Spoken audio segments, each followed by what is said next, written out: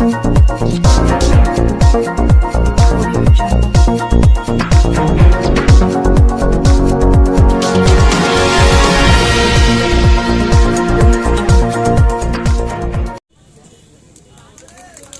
जोरदार ताली हो जाए आकाश दा के लिए। पंचम का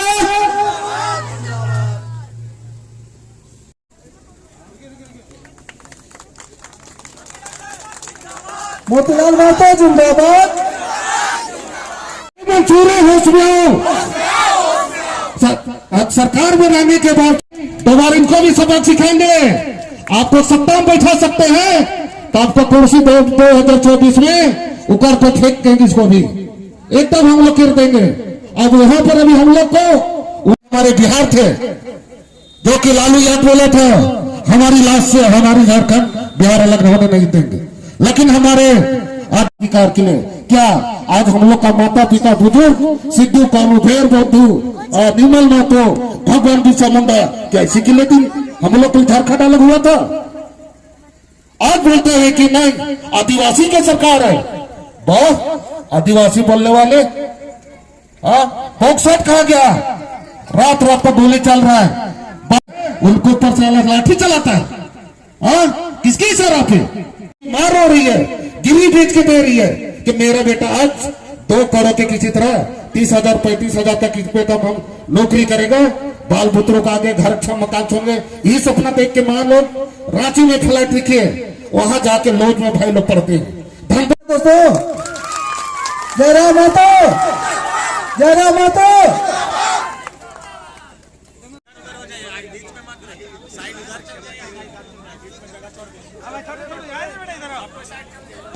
श्रीमती महतो जी उनको सम्मानित करेंगे। मुरली ताली हो जाए दोस्तों। और कुछ राज्य तो भारत में ऐसा है जो स्पेशल प्रोविजन 371D के तहत अनुच्छेद 371 के तहत जैसे आंध्र प्रदेश और तेलंगाना जैसा राज्य क्या किया है कि अपने C और D के नौकरियों में 100% सीटों को रिजर्व किया। कितना? यानी 100 सीट निकलेगा तो 100 सीट आंध्र प्रदेश और तेलंगाना के लोग ही नौकरी कर सकते हैं। लेकिन झारखंड में देख रहे हैं कैसे 99% लोग घुस रहे हैं बाहर का, उसी को रोक लगाना। इसलिए नियोजन नीति जरूरी है। तो पहले स्थानीय बना कि पहले हमारे खतियान के आधार पर, भाषा के आधार पर, संस्कृति के आधार पर झारखंडी को परिभाषित कीजिए कि झारखंडी है कौन। जब यह बन जाएगा फिर नियोजन बनाइए 90-10 का। उसके बाद जो ऑफिसर का पद होगा उसमें 80 से 85% हमारे लोगों के लिए, हमारे बच्चों के लिए रिजर्व किए। क्या ये गलत मांग है? नहीं है। हम खुद पढ़ने वाले छात्र हैं। हम जब भी पीएससी या बीएसएससी का फॉर्म भरते थे तो हम बिहार में 10% में भरते थे, हम 10% में फाइट करते थे। तो झारखंड में हम 60% 40% क्यों देंगे? आप ही बताइए। गलत है कि नहीं? गलत नीति है कि नहीं? उसी का विरोध करने के लिए ये आयोजन किया गया है। उसी को समझने के लिए, उसी को समझाने के लिए ये खतियानी महाजुटन का प्रबंध किया गया था आप लोग के लिए। ये हमारी मांगे हैं। ये और सेम कहानी, सेम नियोजन नीति बंगाल की बनी हुई है, सेम नियोजन नीति महाराष्ट्र की बनी हुई है, सेम नियोजन नीति गुजरात की बनी हुई है। तो क्या हम गलत मांग कर रहे हैं भाषाओं का? क्षेत्रीय भाषाओं को महत्व देने की जो बात कर रहे हैं, क्या गलत कर रहे हैं? क्या आवाज नहीं आ रहा है? आवाज नहीं आ रहा मतलब आप लोग उत्सुक नहीं है। क्या गलत मांग कर रहे हैं? नहीं ना। यानी हमारी मांग जायज है। धनी रेलवे स्टेशन बस स्टैंड गेले हवा, वहां देखिए बहुत सारा भीख मांगे वाला लोग रहा थे। या फिर बंजारा देख ले हवा, गाँव में आवे था तो कोई पेड़ के नीचे रह गेलो, चेहरे चिमनी मार लो, तोरे घरवा से चौरा मांग लो, आटा मांग लो, खाना बना लो, खाई लो और चल गेलो। या फिर गुलगुलिया सबके देख ले हवा। तो ईमानदारी से बताओ कि ओखनी के घर द्वार ना हले?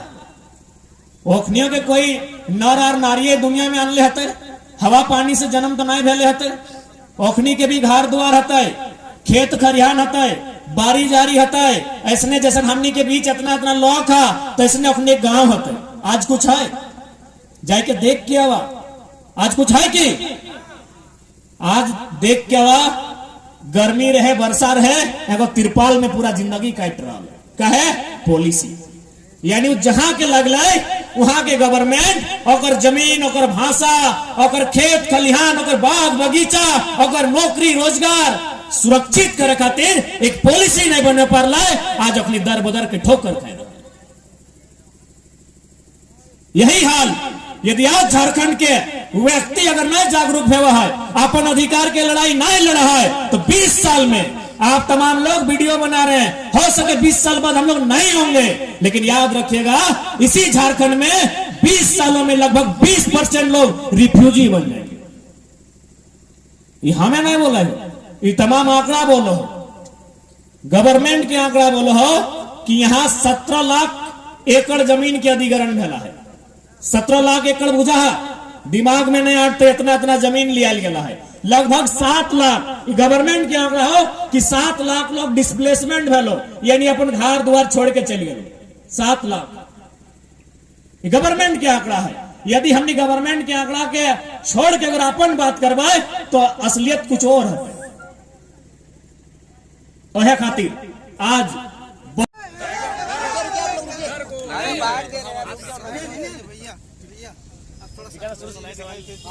आज जहाँ पर कार्यक्रम हो रहा है गांडे विधानसभा में, आज सुदेश महतो का भी कार्यक्रम। उन्होंने कहा कि टाइगर जो होते हैं उनसे डर का माहौल पैदा होता है।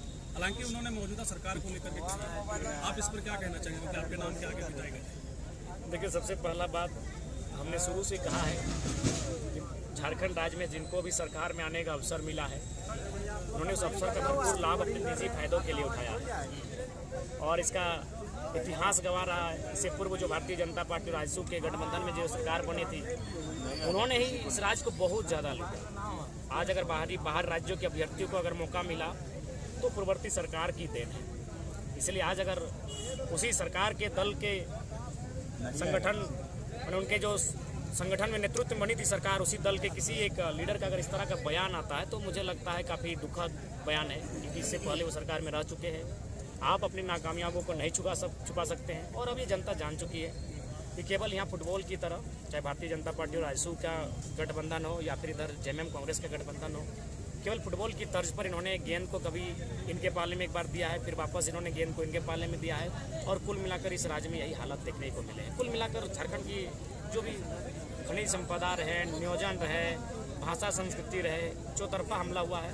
अगर राजनीतिक चेतना यहाँ के लोगों में जागृति बनकर नहीं सामने आती है तो आने वाले 20-22 सालों में, क्योंकि हम लोग भी एक पीएचडी के छात्र हैं, जैसा कि राज्य को देख पा रहे हैं, लगभग कुछ प्रतिशत जो लोग हैं उनकी भाषा, उनकी परंपरा, संस्कृति, नियोजन, रोजगार, खेत खलिहान कहीं ना कहीं शून्य हो जाएंगे। 60-40 का माहौल एकदम गर्म है। छात्रों को बेटा भी गया, आप लोग ब्रीफ भी किए थे, सोशल मीडिया पे तमाम तरीके की तस्वीरें हैं वो वायरल हो रही है, विपक्ष भी वही कह रही है। लेकिन एक बेहतरीन रूप से आप अगर कुछ फीडबैक देना चाहेंगे, क्योंकि आप कह रहे हैं कि शिक्षा के बिना कुछ भी संभव नहीं है, तो एक शिक्षित वर्ग क्या फीडबैक दे सकता है सरकार को कि वो बेहतर रूप से अपना जो नियोजन नीति है उसको स्थापित कर सकें? आगे देखिए, चूंकि निश्चय ही एक राज्य सरकार बेहतरीन उसी को कह सकते हैं जो अपने राज्य के सभी वर्गों को सुनने की क्षमता रखते हैं। लोकतंत्र का मतलब ही यही होता है कि आप सबकी सुनिए।